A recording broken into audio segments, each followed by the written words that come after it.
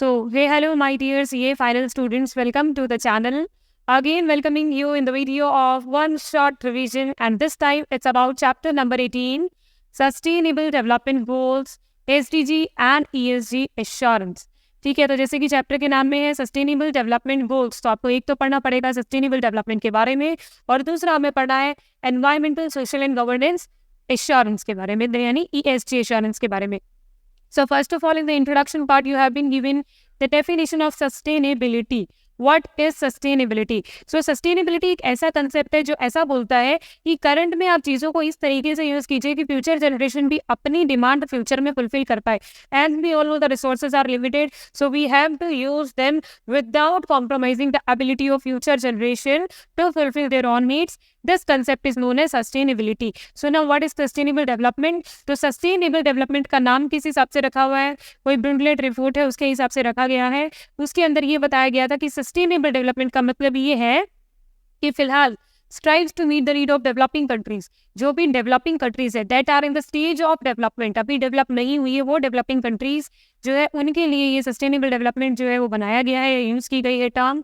इसका मतलब ये होता है address the needs of present moment. आप अपनी अभी की नीड्स को फुलफिल कीजिए but without compromising current and future generation to meet their own sustainable lifestyle. यानी रिसोर्सेज को या चीज़ों को इस तरीके से यूज़ कीजिए कि फ्यूचर जनरेशन्स को उनकी सस्टेनेबल लाइफस्टाइल को फॉलो करने में किसी तरह की प्रॉब्लम ना आए, वो कॉम्प्रोमाइज ना हो. Now 3 pillars of sustainability. नाम के अंदर 2 चीज़ें थी, सस्टेनेबल डेवलपमेंट और आपका ESG. तो 3 पिलर कौन हुए? Environmental, social and governance. These are the 3 pillars of sustainability. So first of all, you have to learn something about environment. As per this is the revision class, I must tell you that there is nothing too much revised about the ESG. Environment मतलब आपकी corporate climate policies, आपने companies के ऊपर climate से related क्या policies है, वो energy use कितना करना है, वेस्ट का ट्रीटमेंट कैसे होगा, पॉल्यूशन में आपको ध्यान रखना है क्या क्या चीज़ों का, नेचुरल रिसोर्स को कंजर्व करना है, ट्रीटमेंट ऑफ एनिमल्स एट्सेट्रा. सो इसके अंदर सारी चीज़ें, वो सारे नेचुरल रिसोर्सेज के बारे में बातें आ जाएगी, जैसे कोल, इलेक्ट्रिसिटी, वाटर. जो कोई भी ऑर्गेनाइजेशन अगर वो प्रोडक्ट एंड सर्विसेज का बना रहा है, मैन्युफैक्चरिंग हो रही है, ट्रेडिंग हो रही है, उन सब में यूज़ हो रहा है किसी न किसी तरीके से. ठीक है. और आपके वेस्ट भी इसमें इंक्लूड किए गए. फॉर एग्जाम्पल अगर किसी फैक्ट्री से कार्बन एमिशन हो रहा है तो वाटर डिस्चार्जेस हो रहे हैं तो, या फिर आपका वेस्ट है, तो ये सब covered in the environmental pillar. So this was environmental. Now what's about social? Social का मतलब है relationship of the entity or the reputation of the entity in the society. और relationship किसके साथ? आपके यहाँ जो काम कर रहे हो लेबर के साथ में, या फिर आपके बाहर में जो आपकी कम्युनिटी है उसके साथ में आपके रिलेशन कैसे है, that will be covered in the social pillar. Now third one is governance. Governance means internal system of practices, controls, procedures. यानी आप किस तरीके से पूरी एंटिटी को चला रहे हो, विच उसका मतलब होता है आपका गवर्नेंस. तो उसके अंदर आपकी सिस्टम आ गया, आपकी कंट्रोल्स, प्रोसीजर्स, उसके अलावा आपकी इन्वेस्टमेंट, लॉ का आप कैसे कंप्लाइंस कर रहे हो, स्टेक होल्डर्स की नीड्स को कैसे पूरा कर रहे हो, ये सारा आ गया इस पिलर के अंदर. MCQ आ सकता है, आपको कोई भी टॉपिक उठा के पूछा जा सकता है कि ये इन तीनों में से कौन से पिलर में कवर होता है. तो कुछ एलिमेंट्स आपको नीचे दे रखे, just read them one time. ये इतने सिंपल है कि मैं अगर आपको रीड नहीं भी करने को कहूँ तो भी आप इजीली आइडेंटिफाई कर सकते हैं that whether the particular thing is related to environment, social और governance. Okay, that was ESG reporting के बारे में कुछ बताया. तो अब देखो तीनों पिलर तो पढ़ लिए, एनवायरमेंटल, सोशल और गवर्नेंस. अब इसकी रिपोर्टिंग क्या होती है? सो ESG रिपोर्टिंग का मतलब है इनसे रिलेटेड इन्फॉर्मेशन को डिस्क्लोज करना, डेटा को डिस्क्लोज करना, मैट्रिक्स को डिस्क्लोज करना, और इन तीनों एरियाज में उस पर्टिकुलर ऑर्गेनाइजेशन ने किस तरीके से वैल्यू एडिशन किया है वो दिखाना. इस रिपोर्टिंग में दोनों चीज़ें आती है, क्वांटिटेटिव फैक्ट्स भी आएंगे और क्वालिटेटिव फैक्ट्स भी आएंगे. ठीक है, that was all about ESG reporting जितना अभी तक हमने पढ़ा. अब आपको दे रखा है फिर से सस्टेनेबल डेवलपमेंट के बारे में. तो आपके sustainable development was adopted by UN member states. ठीक है, कब अडॉप्ट किया गया? UN मेंबर स्टेट्स ने ईयर 2015 में अडॉप्ट किया.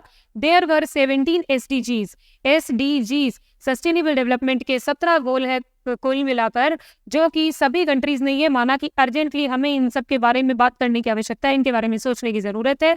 तो वो क्या है? बहुत ही सिंपल है, एक बार रीड करने.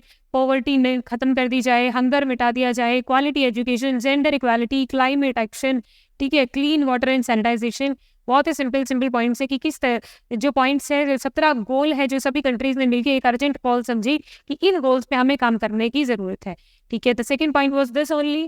Third is global trend in sustainable reporting. अब अगर इस तरीके की रिपोर्टिंग करनी है तो फिर ग्लोबली क्या ट्रेंड चल रहे। अब ग्लोबल ट्रेंड की बात आई है तो अलग अलग कंट्रीज अलग अलग जगह की बात आएगी। सबसे पहले ये इस तरह की रिपोर्टिंग जो है वो मैंडेटरी है। कहाँ कहाँ पर, ये याद रखिए। एक तो आपको public sector, government run companies, large scale corporation, multinational business conglomerates और लिस्टेड कंपनी। 5 कंपनीज का नाम लिया गया है। Listed company, public sector company और गवर्नमेंट कंपनी तो हमेशा ही हर चीज में आई जाती है। जब भी कुछ बड़ी बात होती है तो ये आ गई। वैसे भी यहाँ फायदे की बात हो रही है एनवायरमेंट के, तो ये तीनों तो आ ही जाएगी। उसके अलावा किसको कवर किया, लार्ज कॉर्पोरेशन और multinational business conglomerates. Okay, so most widely used framework. हम क्या पढ़ रहे हैं कि सस्टेनेबल रिपोर्टिंग करने में अभी फिलहाल ग्लोबली कैसा कैसा ट्रेंड चल रहा है। तो सबसे ज्यादा ट्रेंड है इस फ्रेमवर्क को यूज करके सस्टेनेबल रिपोर्टिंग करना, that is GRI, global reporting initiative. GRI sustainability reporting standard. Around 93% of the world largest 250 corporation report जो है वो इसी के बेस पे बनाई जाती है। ठीक है, तो इसने बोला सबसे ज्यादा यूज किए जाने वाला फ्रेमवर्क का नाम है GRI। It is used in over 100 countries to report sustainability. इसके बारे में थोड़ा बहुत दे रखा है कि GRI में क्या डिस्क्लोज किया जाता है। तो जनरल डिस्क्लोजर इसके अंदर जो देने हैं वो होते हैं इकोनॉमिक, एनवायरमेंट एंड सोशल। अब आप अपनी बुक में GRI के आगे लिख लीजिए EES।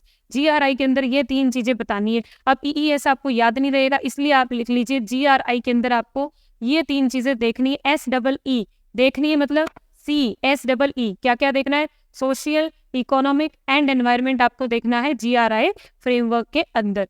दूसरा आता है CDP, कार्बन डिस्क्लोजर प्रोजेक्ट। ठीक है, अब कार्बन का नाम आ गया और एमिशन का नाम ना है, पॉसिबल ही नहीं है।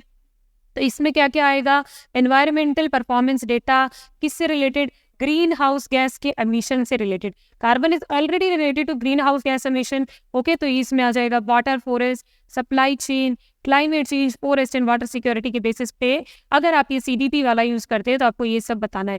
फिर आता है international integrated reporting framework. International integrated reporting framework, this report consist of organisational overview. अब इसमें पूरे ऑर्गेनाइजेशन के ओवरव्यू की बात हुई कि आपका गवर्नेंस स्ट्रक्चर कैसा है, आपका बिजनेस मॉडल कौन सा है, आपके सामने क्या रिस्क और अपॉर्चुनिटीज है, क्या स्ट्रेटेजी है आपकी, क्या परफॉर्मेंस और क्या आपका नजरिया है। ये किस में आया, जहां पे नाम आ गया इंटीग्रेशन वहां पे आ गया सब कुछ। तो इंटरनेशनल इंटीग्रेटेड रिपोर्टिंग फ्रेमवर्क बात करता है किसी भी ऑर्गेनाइजेशन के सब कुछ के बारे में। तीनों फ्रेमवर्क के बारे में पढ़ लिया।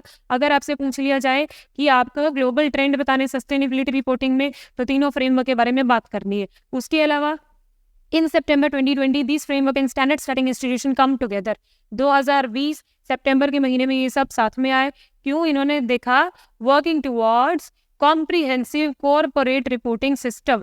ये चाहते हैं कि एक कॉम्प्रिहेंसिव कॉर्पोरेट रिपोर्टिंग सिस्टम बनाया जाए और उसका main intent was joint guidance on how the framework and standard can be applied in a complementary and additive way. ये सब एक साथ आए ताकि जॉइंट गाइडेंस ली जा सके कि किस तरीके से फ्रेमवर्क और स्टैंडर्ड अप्लाई करने हैं। उसके अलावा these elements could complement financially gaps. Financial gap में बहुत सारी बातें की कि आपको ये दिखाना है अपनी रिपोर्टिंग में, अपनी फाइनेंशियल स्टेटमेंट्स में। उनको कॉम्प्लीमेंट करने के लिए आपका एक कॉम्प्रिहेंसिव कॉर्पोरेट रिपोर्टिंग सिस्टम आया जिसने ये बताया कि सस्टेनेबिलिटी रिपोर्टिंग को इससे कैसे जोड़ा जाए। Joint commitment to towards this goal, एक ऐसा कमिटमेंट जो इस गोल के टुवर्ड्स आपको ड्राइव करे कि आपका कोलैबोरेशन हो बिटवीन 5 इंस्टीट्यूशन के बीच में कुछ हुआ। देखो बहुत ज्यादा काम का नहीं, जहाँ होता है मैं आपको रिपीट करके लर्न करवा देती हूँ। On 3 November 2021 IFRS foundation trust announce the creation of new standard setting board. ठीक है, जो IFRS बनाता था ना, IFRS सुने होंगे आपने, FR में IFRS जो भी बनाते थे उन्होंने एक नया स्टैंडर्ड सेटिंग बोर्ड बनाया, इंटरनेशनल सस्टेनेबिलिटी स्टैंडर्ड बोर्ड। यानी उनको भी आवश्यकता फील हुई होगी कि ना जो हम अभी तक IFRS, IND-AS ये सब दे रहे थे, उसके अलावा सस्टेनेबिलिटी रिपोर्टिंग के लिए ISSB बोर्ड जो है वो उसके रिलेटेड स्टैंडर्ड्स देगा।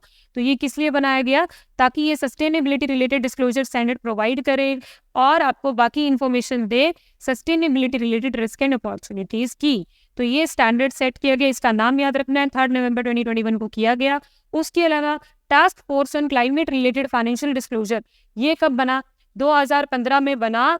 किसने बनाया, फाइनेंशियल स्टेबिलिटी बोर्ड ने बनाया। मेन कार्यक्रम, इसका मेन रीजन क्या है, देखो क्या आया इसमें, क्लाइमेट रिलेटेड फाइनेंशियल डिस्क्लोजर। तो ये हेल्प करेगा कंपनी को create consistent climate related disclosure. नाम में ही आ गया कि कंपनी को अपने क्लाइमेट रिलेटेड डिस्क्लोजर इसमें देने उन कंपनीज के ऊपर है जो आपका finance related interest bank and insurance form में। इनको क्या होता है, क्लाइमेट बहुत ज़्यादा अफेक्ट करता है, जैसे इंश्योरेंस है तो उसमें भी क्लाइमेट का बहुत बड़ा रोल रहता है। उसके अलावा आपके बैंक्स का बता रखा है। तो climate disclosure standard board CDSB, इसका क्या काम था, ये भी आपको climate related disclosure government corporate global corporate reporting में कैसे इनकॉर्पोरेट करना है ये बताता है। वैल्यू रिपोर्टिंग फाउंडेशन, VRF क्या है, नॉन प्रॉफिट ऑर्गेनाइजेशन है। VRF इज अ NPO, ये फाउंडेशन वैसे भी जिसके आगे लग जाता है वो ज्यादातर NPO ही होते हैं। तो इनका काम क्या था, ये बने थे SASB फाउंडेशन और IIRC की मर्जर से बनाए।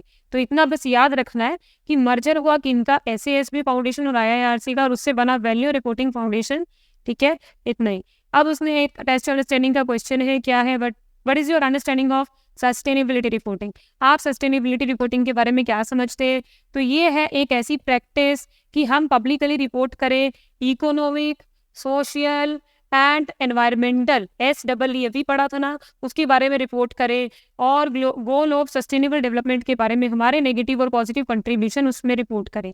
इससे क्या फ़ायदा होगा, आपके स्टेक होल्डर को समझ में आएगा कि ऑर्गेनाइजेशन की परफॉर्मेंस फाइनेंशियली तो पता लग ही रहा था, लेकिन सस्टेनेबिलिटी उसकी परफॉर्मेंस कैसी है, और it will act as link between financial and non financial performance. Okay, long term value creation के बारे में बात होगी, इन्वेस्टर्स को डिसीजन लेने में आसानी होगी, क्योंकि अब उन्हें कंपनी की केवल फाइनेंशियल इन्फॉर्मेशन ही नहीं, उसके अलावा एक्स्ट्रा इन्फॉर्मेशन भी पता होगी related to environment, social and governance structure.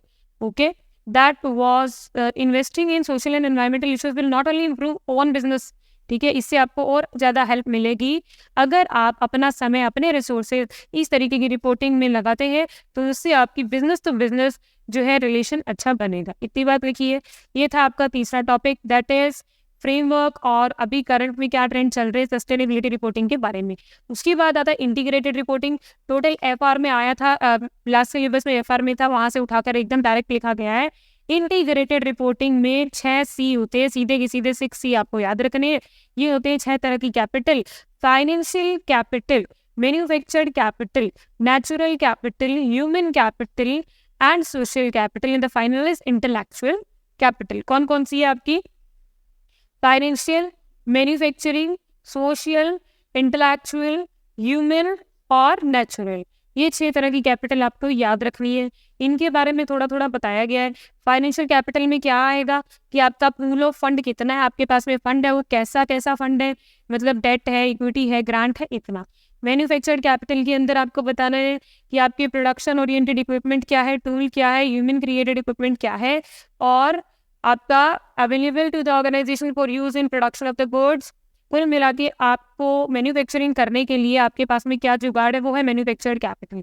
Natural capital, वो इनपुट जो आपका यूज हो रहा है गुड्स को बनाने में और सर्विसेज देने में, इसके अंदर आ जाएगा नेचर से लिया हुआ सामान, water, land, mineral, forest, biodiversity and ecosystem health. Human capital, आपके पास लोग कौन से, उनके पास क्या स्किल्स है, उनका एक्सपीरियंस कितना है, उनकी कैपेसिटी कितनी है, एंड मोटिवेशन एंड इनोवेशन।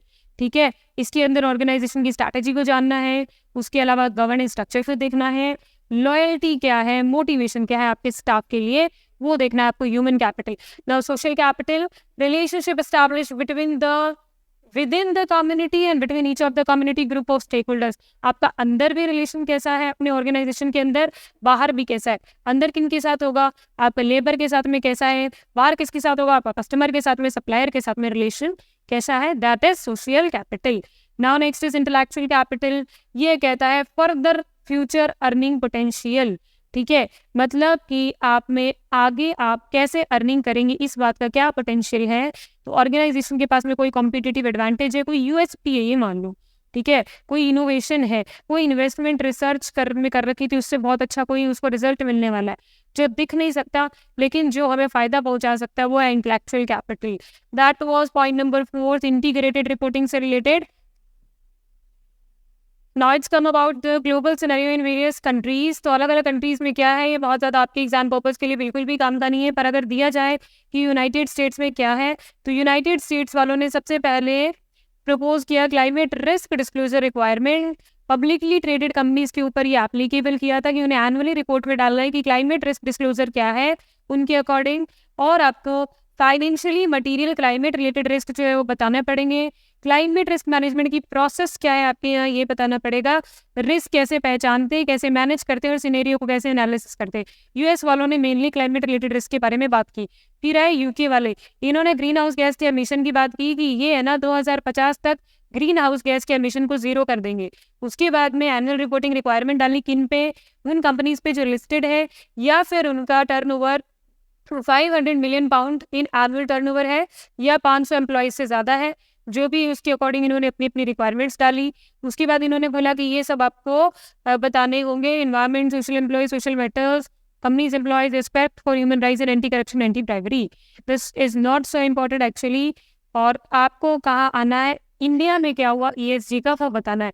तो इंडिया के अंदर इवोल्यूशन कैसे हुआ, ESG का कैसे कैसे आया। 2009 में CSR की वॉलंटरी गाइडलाइंस आई थी, जिसमें बताया गया था कि ethical functioning of worker right क्या है, ह्यूमन राइट क्या है, एनवायरमेंटल डेवलपमेंट क्या है, सोशल डेवलपमेंट एक्टिविटीज़ क्या है। 2011 में national voluntary guidelines I economic, social, environmental and economic responsibility के ऊपर, जिसके अंदर कॉम्प्रिहेंसिव प्रिंसिपल्स थे कंपनी के लिए। 2009 में CSR, 2011 में नेशनल वॉलंटरी गाइडलाइंस, 2012 में आई BRR बिजनेस रिस्पॉन्सिबिलिटी रिपोर्ट, जिसमें बोला गया top 100 listed company market capitalization के हिसाब से इस दायरे में आ जाएगी। 2014 में CSR को मैंडेटरी कर दिया गया और 2015 में आपको BRR फाइल करने के लिए एक्सटेंशन दिया गया और ज़्यादा कंपनीज को इसके दायरे में लिया गया। किसके, BRR के। किस किस को ले आए, टॉप 500 लिस्टेड कंपनी को ले आए। जब 2012 में आया था तब केवल टॉप 100 कंपनीज थी, 2015 में आते ही टॉप 500 कंपनीज को ले आए, इतना सा था ये, ठीक है। देन इनिशिएटिव्स बाय ICAI ने भी कुछ अपने तरफ से इनिशिएटिव किए कि सस्टेनेबिलिटी रिपोर्टिंग अच्छे से की जा सके। तो उसने SRSB बनाया, that is sustainability reporting standard board बनाया, जिसका मिशन था अवेयरनेस फैलाना, implement measures toward responsible business conduct और इंटीग्रेटेड रिपोर्टिंग के बारे में भी देखभाल करना। ICAI ने इंडिया का पहला अवार्ड अनाउंस किया to celebrate the business practice of integrated reporting, कि भाई जो भी अच्छे से करेगा इंटीग्रेटेड रिपोर्टिंग बिजनेस प्रैक्टिस जिसकी बेटर रहेगी उसको अवार्ड मिलेगा। इसने एक कोर्स भी स्टार्ट किया SDGs के ऊपर। BRR और इंटीग्रेटेड रिपोर्टिंग जो है, जो ICAI के एग्जीक्यूटिव डेवलपमेंट प्रोग्राम के अंदर है, ठीक है। लास्ट 2 ईयर्स में ICAI ने कुछ पब्लिकेशंस दी, ये काम का नहीं है, बस ये याद रख लेना कि institute of chartered accountant of India ने क्या किया, तो थोड़ा बहुत याद रहेगा। SRSB कॉन्स्टिट्यूट किया, मिशन चलाया, अवेयरनेस, इंटीग्रेटेड रिपोर्टिंग के टुवर्ड्स, सस्टेनेबिलिटी के टुवर्ड्स अवार्ड देना सोचा, ये सब। फिर then business responsibility and sustainability report, it's all about BRSR. So now BRSR is mandatory from the financial year 22-23. Disclosure was voluntary in the financial year 2021-22. 21-22 में voluntary था इसका disclosure, अब हो चुकी है 22-23 फाइनेंशियल ईयर से मैंडेटरी MCQ बनता है डायरेक्ट। ओके, इसको कैसे कैसे रिपोर्ट किया जाता है, तो क्वेश्चनरी है, 3 सेक्शन में डिवाइड होती है। पहले में जनरल डिस्क्लोजर दिए जाते हैं आपके बारे में कि आपकी लिस्टेड कंपनी जो इसके प्रोडक्ट क्या है, सर्विसेज क्या है, एम्प्लॉइज क्या है। दूसरे में मैनेजमेंट प्रोसेस, कि आपका मैनेजमेंट किस तरीके से प्रोसेस करता है, गवर्नेंस कैसी है, लीडरशिप क्या है और ओवरसाइट कैसा है, जनरल। सेक्शन C के अंदर आपको देना है principle wise performance disclosure. Okay, इसके अंदर की परफॉर्मेंस इंडिकेटर्स की भी बात आ जाती है और 9 प्रिंसिपल्स ऑफ NGRBC भी आ जाएंगे। और इसके अंदर आपको एसेंशियल इंडिकेटर्स और लीडरशिप इंडिकेटर्स 2 के बारे में बात की गई है। Essential word itself declare it is mandatory disclosures, then leadership optional disclosures, ठीक है। एसेंशियल वाले के अंदर क्या क्या आएगा कि क्या ट्रेनिंग प्रोग्राम आपने करवाए, एनवायरमेंटल डेटा ऑन एनर्जी आपकी कैसा है, कंपनी का एमिशन, वाटर और वेस्ट मैनेजमेंट, जरूरी चीज़ें। लीडरशिप इंडिकेटर में आपका कोई लाइफ साइकिल असेसमेंट है, कॉन्फ्लिक्ट मैनेजमेंट पॉलिसी है, additional data on biodiversity, energy consumption. एक बार रीड करना है, बस इतना याद ध्यान रखना है कि सेक्शन C के अंदर 2 इंडिकेटर्स बताए गए। Section A general disclosure, section B management process and disclosure. Section C के अंदर आपके 2 तरह के इंडिकेटर है, एसेंशियल और लीडरशिप। फिर आ जाते हैं 9 principle of BRSR, her angle से इंपॉर्टेंट है इस चैप्टर में, ठीक है। तो हर तरीके से याद रखना है, इनके नाम याद रखने हैं, इनके बारे में याद रखना है। MCQ, case study based MCQ वो तरह से फ्रेम हो सकता है। नाम याद करने की 2 ट्रिक है, एक कहानी वाली ट्रिक है और एक सीधा निमोनिक्स है। निमोनिक्स क्या है पहले वो बता देती हूँ। ESE, ऐसे शिप की ग्रोथ होगी तो अच्छी वैल्यू मिलेगी। SHEP लगाना है, बस एक ई मिसिंग है आपके शिप में। आप इस EST की फुल फॉर्म देख लेते हैं। ई से है आपका पहला principle ethics, transparency and accountability. फिर आपका एस से है safe and sustainable goals and services. उसके बाद में आपका तीसरे ई से है एम्प्लॉयज, ESE हो गया।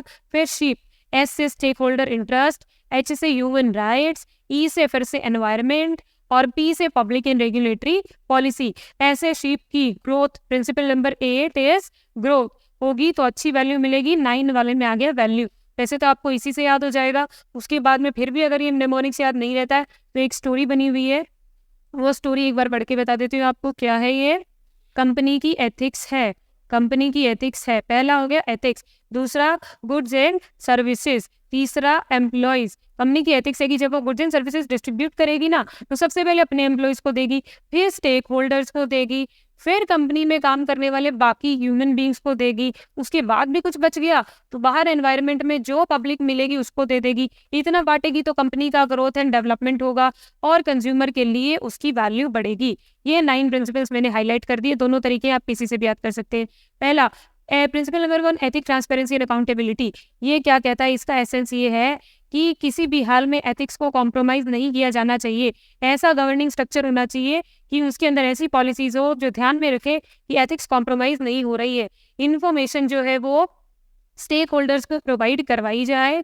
देन एडवर्स इफेक्ट आ रहा है तो ट्रांसपेरेंट डिस्क्लोजर दिया जाए, झूठ नहीं लिखा जाए।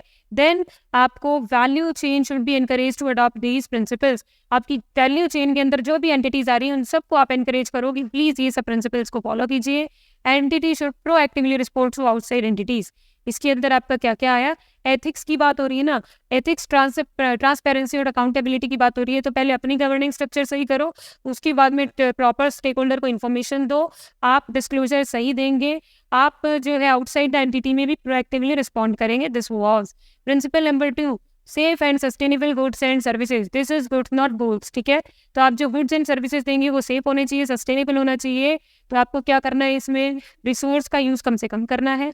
To educate and make aware the consumer about their rights and client about their rights. आप अपने कंज्यूमर और क्लाइंट्स को उनके अधिकारों के बारे में एजुकेशन देंगे। Take measure to reduce that over exploitation of natural resources. Goods बनाते वक्त ये ध्यान रखेंगे कि आप कभी भी नेचुरल रिसोर्सेज का ओवर यूज नहीं करेंगे। Principle number 3 promote well being of all employees including those in the value chain. Value chain के अंदर भी जो एम्प्लॉयज है उन सबका आपको वेल बीइंग, उनके अच्छे होने का ध्यान रखना है। तो आप पहले तो ये देखना पड़ेगा कि आप सारी रेगुलेटरी रिक्वायरमेंट फॉलो कर रहे हो क्या। भाई मान लो आपके ऊपर लेबर लॉस वगैरह कुछ एप्लीकेबल है तो उनका कर रहे हो, एम्प्लॉय की डिग्निटी का रिस्पेक्ट करते हो, आप चाइल्ड लेबर को प्रिवेंट करते हो, टाइमली उनको पेमेंट करते हो, उनकी वर्क लाइफ को बैलेंस करने में हेल्प करते हो, किसी भी तरह से उनकी वर्क लाइफ कॉम्प्रोमाइज़ नहीं होनी चाहिए, एनवायरनमेंट देते हो सेफ, हाइजीनिक एंड कंफर्टेबल, उनके स्किल डेवलपमेंट के लिए काम करते हो और ये इंश्योर करते हो कि work place is free of harassment and violence. बड़े ही सिंपल, अपने इस पे तो अगर मैं ऐसे लिखने को दे दूँ ना तो भी बड़े आराम से लिख दो आप लोग।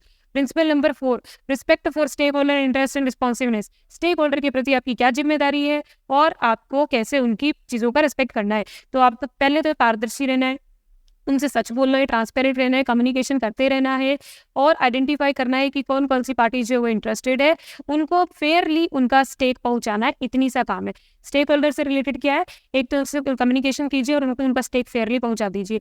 Then respect and promote human rights. देखिए आपको पता होना चाहिए कि किसी भी ह्यूमन के क्या राइट्स हैं, आपको उसको दोनों ही करना है, एक तो रिस्पेक्ट करना है, एक प्रमोट करना है। आपको ऐसा मैनेजमेंट सिस्टम बनाना है जो ह्यूमन राइट्स को इंटीग्रेट करते हुए चले, ओवरराइड ना करे, रिकॉग्नाइज कीजिए और रिस्पेक्ट कीजिए ह्यूमन के राइट्स की और हर तरह के स्टेक होल्डर्स की।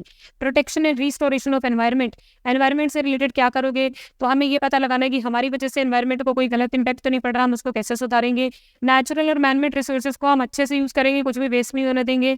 फिर हम measure their performance relating to prevention of pollution. Pollution से बचाने के लिए वेस्ट आप जो फैक्ट्री का जो होता है उसको रिलीज नहीं कर रहे, वाटर पॉल्यूशन बचा रहे हैं या आप रिसाइकलिंग कर रही है, ये सब अपने बारे में बताइए। और आपको क्लाइमेट चेंज के हिसाब से कंट्रीब्यूशन देना है। Comparison of its activity with the industries best practice. Industry में बेस्ट क्या है और आप क्या कर रहे हो ये देखना है। अपनी परफॉर्मेंस को किस तरीके से सुधारोगे एनवायरनमेंट के प्रति ये बताना है। इलस्ट्रेशन नंबर 7 पब्लिक और रेगुलेटरी पॉलिसीज का आप पे क्या असर है। Core element of BRSR has to be met holistically. आपको इस पे पूरा ध्यान देना है। पॉलिसीज पे कलेक्टिव एसोसिएशन जैसे ट्रेड ग्रुप, इंडस्ट्री चैम्बर जो है उनको आपको यूज करना है। आपको एनकरेज करना है फेयर कंपटीशन, प्रिवेंट करना है ह्यूमन राइट का अब्यूजेस। मतलब इसका बात कहता है कि पब्लिक और रेगुलेटरी जो पॉलिसीज बनी हुई आपके शहर में, उसका आपके ऊपर क्या प्रभाव रहेगा और आप उसको कैसे फॉलो करते हैं। 8th, promote inclusive growth and equitable development. देखो क्या करना है, आपको हर किसी की ग्रोथ करवानी है और इक्वली डेवलपमेंट करवाना है। तो आइडेंटिफाई कीजिए कि आपकी क्या क्या एक्टिविटीज़ है और उनका सोशल, कल्चरल, इकोनॉमिक एस्पेक्ट क्या है। रिव्यू कीजिए, मेजर कीजिए, ट्रैक कीजिए adverse effect of their activities on society and environment. भाई आपकी एक्टिविटीज़ का सोसाइटी और एनवायरनमेंट पे कैसा इम्पैक्ट है, एडवर्स है तो उसको रिव्यू करो, मेजर करो, ट्रैक करो, कम करने की कोशिश करो, यानी मिटिगेट करने के लिए प्लान बनाओ। एफर्ट्स लगाइए कि हम क्रिएटिव प्रोडक्ट लेके आए, टेक्नोलॉजी लेके आए, बिजनेस कंसर्न लेके आए। किस में आ रहे पॉइंट से सारे? Promote inclusive growth and equitable development में आ रहे हैं। CSR एक्टिविटीज़ के बारे में जिक्र भी इसी में हुआ है। इंश्योर कीजिए कि business induce displacement and relocation of community does not happen. मतलब कि आपका जो ये इंश्योर करना है आपको कि बिजनेस जो है वो डिस्प्लेस ना हो, आपकी कम्युनिटीज़ जो है उसमें रीलोकेशन ना हो और अनअवॉइडेबल कॉजेज न आए। All the form of intellectual property should get deserve respect. मतलब किसी का भी आप शेयर कर रहे हो, कोई कॉपीराइट का गलत इस्तेमाल कर रहे हो, ये सब नहीं करना है। Now the principle number 9, provide value to the consumer in a responsible manner. Consumer को रिस्पॉन्सिबल मैनर में वैल्यू देनी है। एक याद रख लेना, कंज्यूमर का जो एजुकेशन है उसका पॉइंट तो आपका एथिक्स वाले में आ गया था, तो बाकी बचा क्या? आपको to reduce the negative impact of their product and service of customer. हमेशा ये कोशिश करनी है कि मेरे प्रोडक्ट से किसी भी कस्टमर को किसी तरह का कोई नुकसान नहीं हो। Should not in any manner prevent the freedom of choice and fair competition. किसी भी तरह का दबाव नहीं बनाना कस्टमर पे कोई भी सामान लेने के लिए। हर अगर गलत इफेक्ट है तो आपको डिस्क्लोज करना है। Right of privacy of the customer need to be maintained, ठीक है। Entity should inform the customer on the safe and responsible way of use, reuse, recycle, disposable. जो प्रोडक्ट वो आपसे खरीद रहा है उसको यूज कैसे करना है, रीयूज कैसे करना है, रिसाइकिल कैसे करना है, इसकी जानकारी आप देंगे। एडवर्टाइजमेंट करते वक्त कुछ भी मिसलीडिंग और कंफ्यूजिंग इन्फॉर्मेशन नहीं देंगे। और आप क्या करेंगे? Should make available transparent and accessible grievance redressal and feedback management system. आपके प्रोडक्ट से अगर किसी को कोई समस्या है तो उसको फीडबैक देने का पूरा अधिकार हो, वो ग्रीवेंस उसकी जो सुनी जाए, ये ध्यान रखेंगे। और अगर आप एसेंशियल गुड्स प्रोवाइड करने की सेवा में है तो आप ये इंश्योर करते हुए चलेंगे कि वो गुड्स सब तक पहुँचे। फॉर एग्जाम्पल कोई मान लीजिए सॉल्ट का बिजनेसमैन है तो ये इंश्योर करेगा कि ये बहुत ही रीजनेबल प्राइस पे रहे, कभी इसकी प्राइस बहुत ज़्यादा ना और हर कोई इसका एक्सेस ले पाए। These were the 9 principles. With tricks we have learned it out and we have read once. You should know about each 2 or 3 points about each of them. Now it's assurance in BRSR. अब BRSR reporting के अंदर 9 principal की reporting करनी, ये तो पता लग गया। करनी किसको है? Currently started with top 1000 listed companies. अभी बात शुरू हुई है टॉप 1000 लिस्टेड कंपनीज से। is expected to be used as single means for disclosing sustainability risk। ये अभी माना जा रहा है कि इसी को यूज किया जाएगा एक सिंगल मीन्स की तरह सस्टेनेबिलिटी को रिपोर्ट करने के लिए इंडिया के अंदर। ये मेन डॉक्यूमेंट हुआ करेगा। तो फिर आपके ICAI ने स्टैंडर्ड दे दिया on sustainability assurance engagement 3000। Assurance engagement on sustainability information, एक तो इसको MCQ के लिए याद रखना कि ICAI ने एक स्टैंडर्ड दिया है SSAE 3000। क्या काम करता है ये स्टैंडर्ड? ये standard deal with assurance engagement on entities sustainability information. कोई भी एंटिटी को अपनी ऐसी इन्फॉर्मेशन देनी है तो कैसे देनी है, तो उसके बारे में ये स्टैंडर्ड बता रहा है। इसने बोला एक प्रोफेशनल ऑडिटर रख लेना, regulators, investors and other users को ध्यान में रखते हुए रिपोर्टिंग कर देना। Effective date of application of this SSAE is, ठीक है, इसकी आपकी एप्लीकेशन की इफेक्टिव डेट या काम की है वॉलंटरी बेसिस पे अपनी मर्जी से 4 insurance reports covering period ending 31 मार्च 2023। 31 मार्च 2023 को जो भी एंड हो रही है उसमें आप लगा सकते हैं। और मैंडेटरली आपको लगानी है कब? 31 मार्च 2024 के बाद में जो भी रिपोर्ट्स कवर हो रही है for insurance report covering period ending 31 मार्च। तो पीरियड एंडिंग 31 मार्च 2024 वाला शुरू कब हुआ होगा? 1 अप्रैल 23। 1 अप्रैल 23 से जो पीरियड शुरू हुआ है जो आपका फिनिश होगा 31 मार्च 2024, वहाँ से आपको मैंडेटरीली ये आपका SSAE 3000 लगेगा। उसके अलावा एक SSAE और इशू कर रखा है 3410 ग्रीन हाउस गैस स्टेटमेंट के ऊपर है। तो 2 SSAE के बारे में बात हुई है, दोनों को आपको याद रखना है। आपको एश्योरेंस कैसे देनी होती है BRSR पे, उसके बारे में लिखा है। पहले प्रीलिमिनरी रिव्यू कीजिए कि वो ESG पैरामीटर्स पे कैसा है, फिर आप ऑन साइट जाके असेसमेंट करेंगे, वेरिफिकेशन करेंगे, फिर आप इश्यू करेंगे रिपोर्ट, रिव्यू करेंगे सामने वाले के रिस्पॉन्सेज, क्लैरिफिकेशन, फिर आप अपनी फाइंडिंग को सबमिट करेंगे और preparation of assessment verification report, final वाली रिपोर्ट तैयार कर लेंगे। ठीक है, फिर आपको दे रखी है सोशल ऑडिट स्टैंडर्ड। तो ICAI ने अभी रिसेंटली SAS 100 से लेके SAS 1600 तक इशू करा है। इनका काम है सोशल ऑडिटर को गाइडेंस प्रोवाइड कराना, social enterprises engage in the various areas. इनके नाम याद करने की बिल्कुल जरूरत नहीं है, पर इतना पता होना चाहिए कि 100 से लेके 1600 तक सोशल ऑडिटिंग स्टैंडर्ड्स जो है वो आपके जो ICAI ने दिए हैं। किसकी हेल्प करने के लिए? सोशल ऑडिटर की। No role of auditor, consideration of climate related risk in an audit of financial statement. तो जी ऑडिटर का क्या काम है? तो ऑडिटर को रीजनेबल एश्योरेंस लेनी है कि financial statement are free from material misstatement or not. ये तो पहले भी था, तो नया क्या हुआ कि according with the financial reporting framework बना है ये। उसके अलावा auditor should include the consideration of climate related risk and how this risk may be relevant to the auditor. इतना ही काम करना है नया। पहले वाला तो सेम ही था अभी तक जो पढ़ रहे थे। इस केस के अंदर सस्टेनेबिलिटी रिपोर्टिंग में ऑडिटर को नया क्या ध्यान रखना है कि क्लाइमेट का ध्यान रखते हुए किस तरीके का रिस्क है और वो रिस्क ऑडिट से कैसे जुड़ा हुआ हो सकता है और उसको कैसे एड्रेस किया गया है। ये ऑडिटर रिपोर्ट जो है वो सारी इन्फॉर्मेशन बताएगी। क्या क्या बताएगी? ऑडिटर की रिस्पॉन्सिबिलिटी बताएगी, अंडरस्टैंडिंग बताएगी मैटर के बारे में और उसने उसको कैसे एड्रेस किया, और हो सकता है एम्फेसिस ऑफ मैटर पैराग्राफ भी डाला जाए जो आपकी to draw the attention of user होता है, टू डिस्क्लोज दैट आर ऐसी information that are of fundamental importance. तो अगर हो सकता है ऑडिटर को कोई क्लाइमेट रिलेटेड ऐसी कोई इन्फॉर्मेशन मिली तो वो उसे एम्फेसिस ऑफ मैटर पैराग्राफ में भी इनकॉर्पोरेट कर सकता है। ठीक है, अदर इन्फॉर्मेशन भी रीड करनी है ऑडिटर को जो कि disclose in the financial statement है उसको, और जो publicly communicated to stakeholder है उसको, क्या वो आपस में कंसिस्टेंट है या नहीं है, ये ऑडिटर को पता लगाना है। क्या disclosed in the financial statement और फाइनेंशियल इंफॉर्मेशन, और दूसरा publicly communicated to stakeholders, इन दोनों के अंदर तालमेल है या नहीं है, इसका पता लगाएगा कौन? आपका ऑडिटर। और ऑडिटर को अगर क्लाइमेट रिलेटेड कुछ भी मिला तो वो उसको कहाँ डाल देगा? एम्फेसिस ऑफ मैटर पैराग्राफ के लायक अगर कुछ हुआ तो डाल देगा। ठीक है, सस्टेनेबिलिटी के बारे में हमने जाना इस चैप्टर में।